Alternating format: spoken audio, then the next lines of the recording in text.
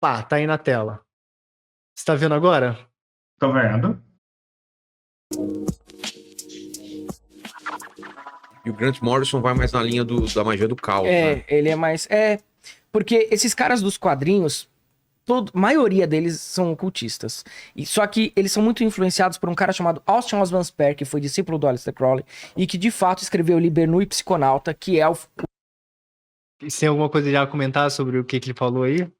Ou você quer ouvir até o final pra ver no que Eu vai dar? acho que tem umas histórias aí, mas eu acho que também, velho, quando tem esse monte de autor, as pessoas podem se confundir, sabe? Mas, tipo, tá divertido. Vai, continua, por favor, vamos. Tipo, Não é, porque ele fala aqui nesse começo que o autor do Liber no Psiconauta é o Austin Osman Spare, né?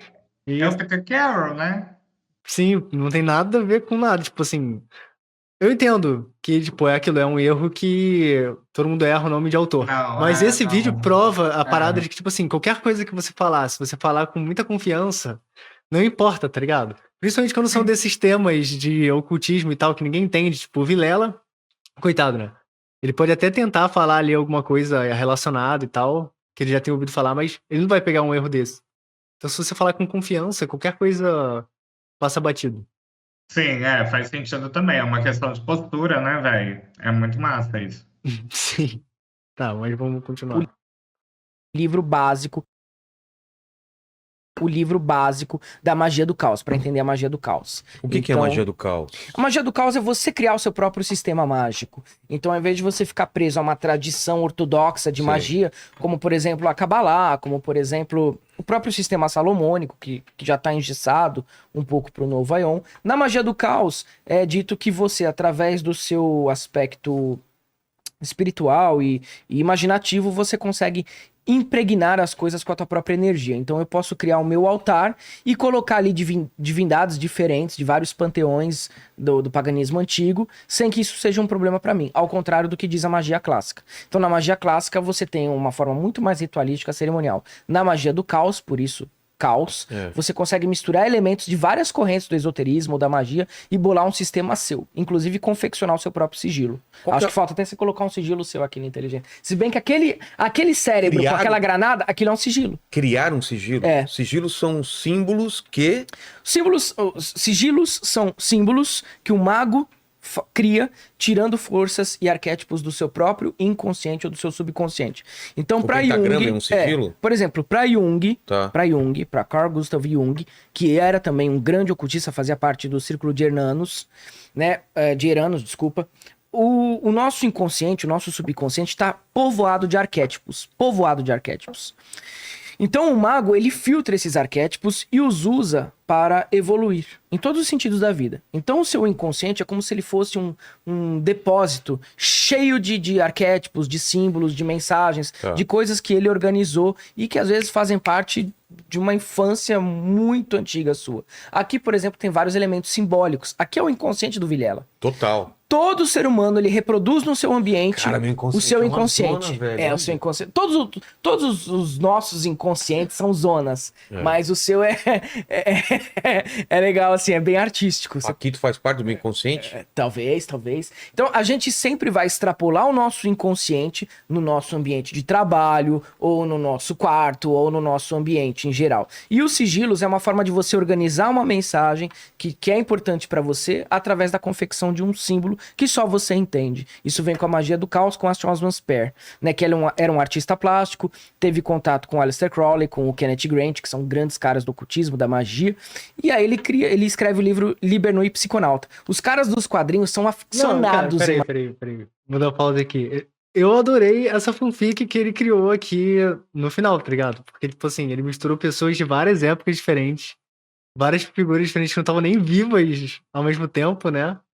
E fez um anacronismo ali. Mas, tipo assim, falando sério, a explicação que ele dá, ao meu ver, né, nessa questão do inconsciente, sigilo e tal, é correta e tal, é interessante. Mas é claro, ele tá hiper simplificando, né? E eu acho que ele acaba associando demais o lance da magia do caos com o sigilo em si. Tipo, o Vilela pergunta pra ele o que é magia do caos, né, e tal, e a relação com os quadrinistas. E ele parte pra explicar o que é o sigilo e tal. Né?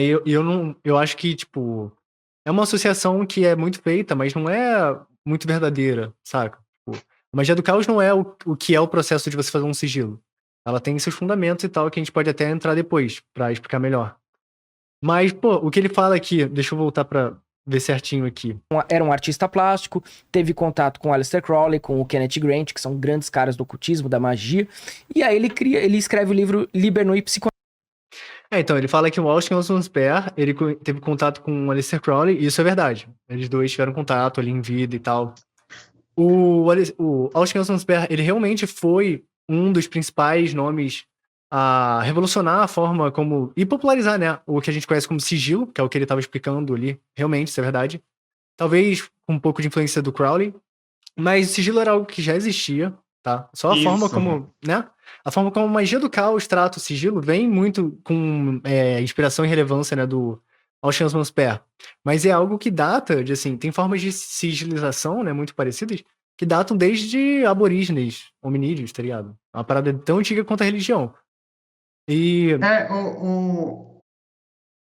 O que eu penso... Ah, desculpa, você estava terminando, desculpa, foi de Não, novo. você pode falar, mas eu só ia concluir que, tipo, aí ele fala que ele teve contato com o Crowley e com Kenneth Grant. Só que eu não tenho certeza, posso até pesquisar aqui depois, mas eu acho que quando o Kenneth Grant existiu, né, publicou seus livros e tal, o Sperry já tinha morrido, né? Quem teve contato com o Kenneth Grant de verdade foi o Peter Carroll, que esse sim escreveu o Liber Nui. O Liber Nui, eu E aí ele concluindo por último que o Sperry escreveu o Liber Nui e tal, e tipo, não foi ele, né? Enfim, ele fez... Misturou 1 milhão de coisas. Ele deu um salto de uma Misturou. personalidade, é como se as pessoas tivessem pedaços, ele colou 2 pessoas. Sim.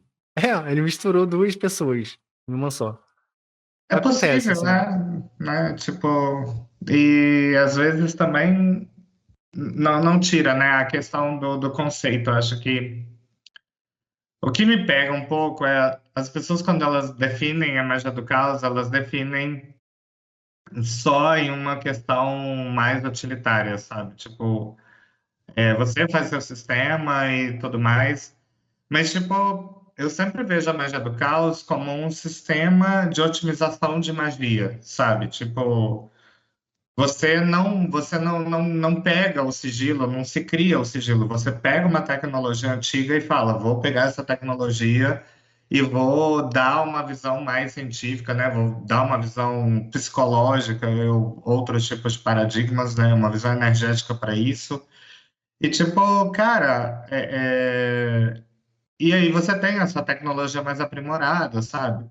A criação mesmo das entidades e a criação de servidores, de outros tipos de entidade, né? Tipo, vem desse tipo de otimização de coisas, sabe?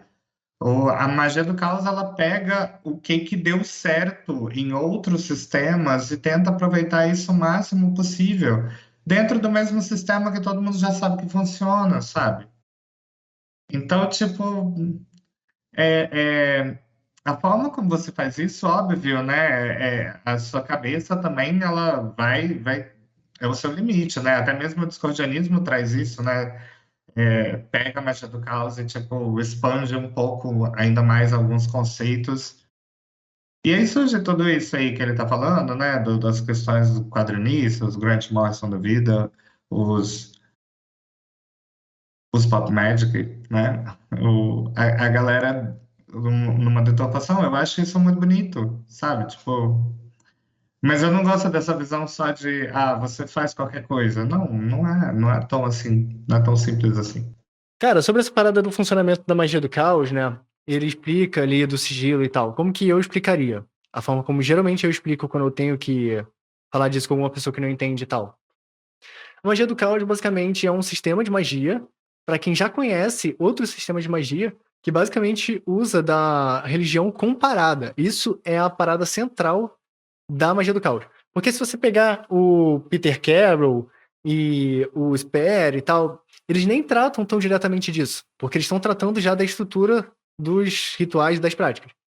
Mas se você for pegar por fora das paradas, né, além do que está escrito nos próprios livros de magia do caos, o que você consegue observar é isso, que se utiliza da religião comparada, principalmente, para Sim. pegar as estruturas dos ritos em diferentes culturas e religiões e a estrutura dos signos. E aí, aplicar signos e sistemas simbólicos sobre sistemas ritualísticos, mas não necessariamente pertencentes a uma mesma religião. Essa é a essência da parada. E isso é o que eu chamo de otimização. Sim. Exato. Você pega o que funciona, né? Até o Cinério estava falando aqui no episódio passado, e o Panix veio aqui no podcast também, muitos episódios atrás, falou bastante sobre isso, que é essa questão de como a magia do caos, ela busca resultados. Então, o que funciona? Como você descobre o que funciona usando um paradigma semi-científico, que não seria nem pseudocientífico, mas nem científico de verdade, né? Porque não se propõe a ser ciência. Seria essa ideia de você ver, experimentar e através da sua subjetividade ou dos registros e relatos terceiros e tal, o que pode funcionar ou não, né? Teve até o cara da Chaos, o Gabriel Costa, se não me engano, Gabriel alguma coisa, que ele veio aqui também no podcast. Sim.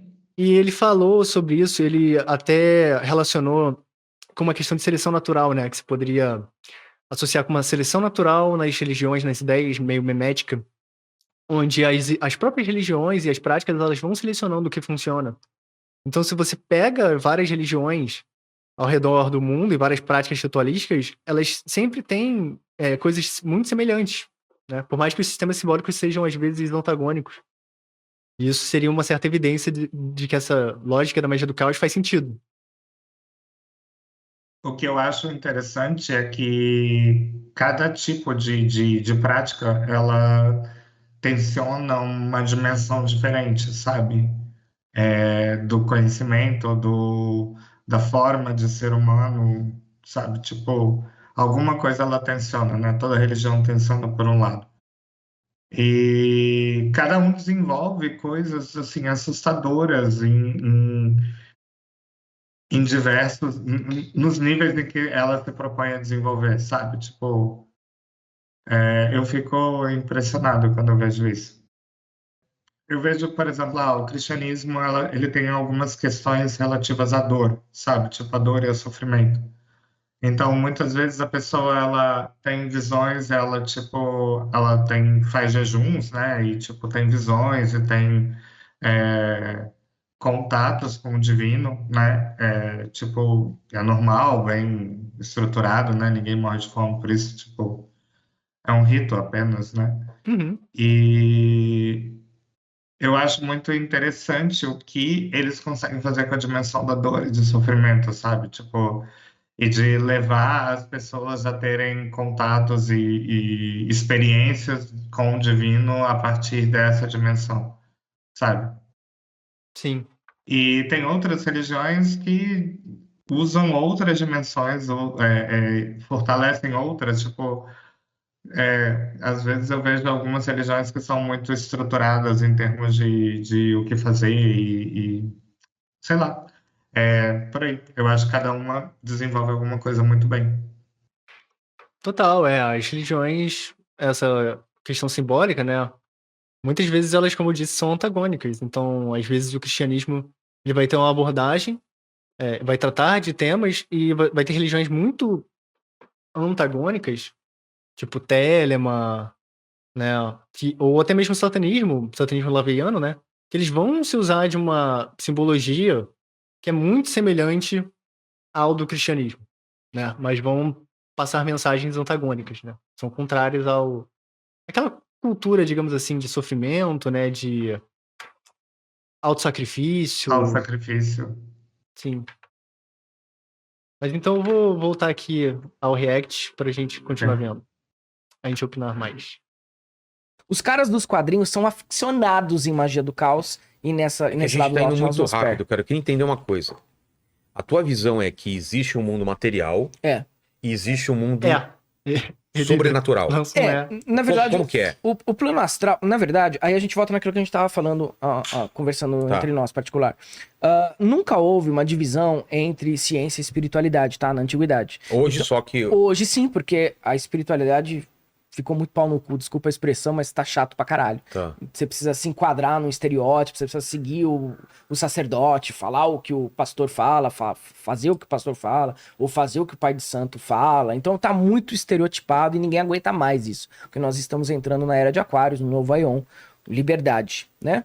Então, a ciência nunca esteve afastada da espiritualidade. Por exemplo, o Paracelso, que é um dos pais da medicina moderna, junto com o Hipócrates lá da Grécia, o Paracelso, ele era um alquimista. Então, se você pegar o próprio símbolo da medicina, você vai ver que é um caduceu de Mercúrio, Certo. com Ida e Pingala, que são as duas correntes, as duas nadis do yoga do Oriente, mas também está no bastão de Hermes Trimegisto, do hermetismo. Você conhece o hermetismo, você estudou Kabbalah. Então, na verdade, a ciência, ela sai do ocultismo. Não vamos chamar de ocultismo, porque na época não era oculto, era uma coisa normal, né? Só depois, com a Igreja Católica, que essa turma foi reprimida. E aí sim você tem a terminologia ocultismo, porque aí você precisa esconder. Mas antes era em aberto. Então a ciência sai desse pano de fundo. Então os grandes cientistas da humanidade, aí a gente tem Benjamin Franklin, tem não só cientistas, mas políticos também, enfim, eram iniciados. O Isaac Newton também, o Thomas Edison também. O Isaac Newton, por exemplo, ele era Rosa Cruz. Né? Ele era maçom e Rosa Cruz. Então você tem esses caras que são as personalidades que trazem as invenções para o mundo. De onde eles buscam? Eles buscam das referências cabalísticas, do hermetismo e de todo esse conteúdo espiritual. Você está me falando, então, que existe um mundo conectado com o nosso, que coexiste com o nosso. Tudo vem de lá. Que vem de lá. Tudo vem de lá. O Platão chamava de plano das ideias, plano astral. O mundo das ideias do Platão. Exatamente. Todas as ideias, tudo tá lá. A gente só consegue se conectar e traz isso pra realidade. Pessoas que têm uma sensibilidade, um lado criativo muito grande, isso não tá atrelado à religião. Sim. São pessoas que têm um contato com sensibilidade, com esse plano arquetípico, conseguem concretizar no plano físico as coisas que já estão no plano astral. E quanto mais você tem essa qualidade, mais perfeito fica aquela coisa que ele trouxe lá. Exatamente, porque fica mais perto da... Quanto menos... você tem essa qualidade, você pode trazer uma coisa que é imperfeita. Exatamente. E isso vai ter que ser evoluído até ficar perfeito. Exatamente. Isso é Kabbalah pura. Total. Algum comentário? Eu tô processando ainda. Então existe uma conspiração, né, de iniciados. Sei lá, cara, que doideira. Achei interessante a visão dele. Pronto, não sei. E essa visão que ele trouxe da Kabbalah, né, eu não entendo nada de Kabbalah. Tu não entende? Isso, tipo, não consigo nem opinar sobre isso. Do que eu entendo de Kabbalah, assim, o que ele falou, realmente, tipo, é uma forma de se colocar. Só que eu realmente não gosto dessa abordagem mais excessivamente mística, eu diria, assim. Dessa questão da Kabbalah hermética, principalmente essa ideia muito sincrética que ele trouxe de que no passado, né, você tinha essas grandes figuras científicas, históricas, que eram grandes iniciados e tinham acesso à Kabbalah, e aí era assim que eles acessavam o conhecimento do mundo das ideias e tal. Tipo, eu não diria que essa interpretação é muito justa, saca? Porque, primeiro que essa questão da interpretação da Kabbalah, de tipo, você acessar o mundo das ideias, e como o mundo essencial ele é base para construir o mundo físico, ele não tá dizendo respeito a exatamente essa questão de um mago como um iniciado que vai usar um tipo de magia para acessar ideias grandiosas, tipo Newton e essas coisas. Não é exatamente isso. É meio que uma descrição de um processo de tudo na realidade. A ideia da árvore da vida é ser um mapa da realidade, né? Então, quando você tem ali a árvore da vida, todos os seres humanos que estão fazendo tudo, eles estão acessando esses níveis mais essenciais para materializar coisas, digamos, né? E para a própria construção da realidade. Eu acho isso tão viajado, cara. É uma metafísica, exatamente, não é para ser uma questão literal, porque é exatamente isso que eu tava querendo chegar. Porque ele trata como, tipo assim, existem dois mundos. O mundo espiritual, onde tem as coisas lá. E aí o cara que é um mago, ele usa uma magia para acessar o mundo espiritual e aí ele busca, tipo, uma ideia foda. Que tava lá. Só que a ideia do imaterial é justamente ser algo diferente, né? Sei lá. Eu penso que Teve um outro vídeo dele que eu vi, né, onde que ele falava uma coisa com relação ao princípio da correspondência. E ele falava, tipo, o que tá em cima é o que tá embaixo, então o que tá dentro é o que tá fora. Então, a partir do momento em que há espíritos do lado de fora, há espíritos dentro da sua mente, então é possível que haja espíritos fora da sua mente também. E eu vi isso como eu achei isso muito interessante, essa visão, achei uma leitura estranha do coisa e as implicações dela. Mas, novamente, nesse vídeo ele também faz a mesma coisa, que é dar uma sensação de realidade a uma metáfora, sabe?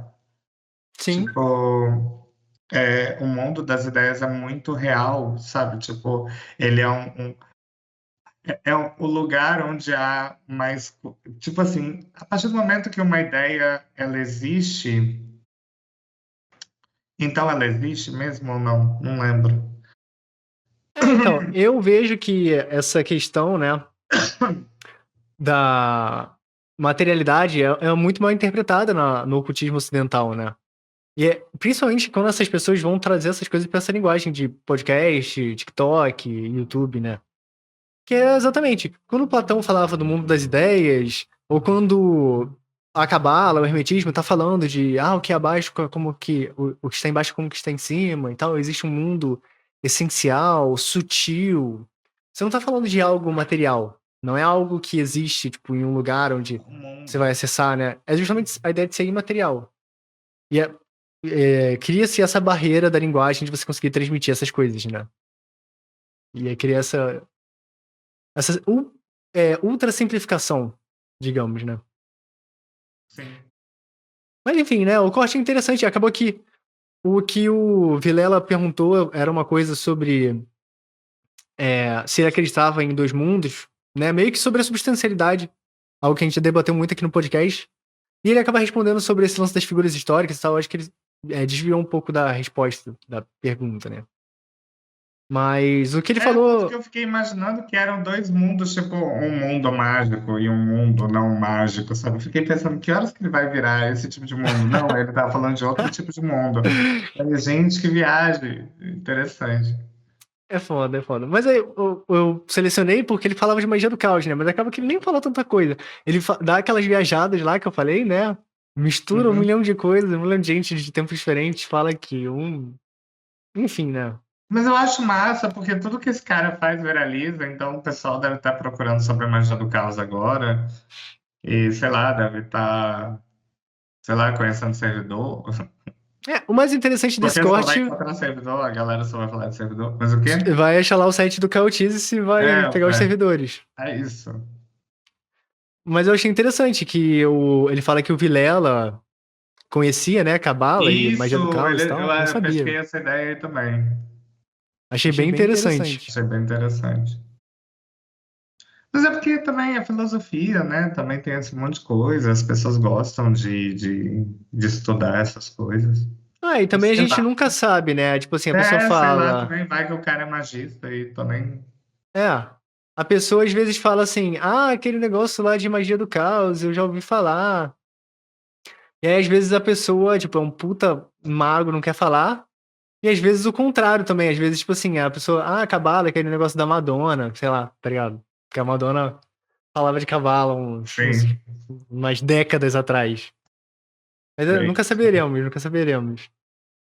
Quer dizer, se você assistiu o episódio completo lá, o Vilela fale mais, né? Eu nunca parei pra ver muita coisa. Enfim.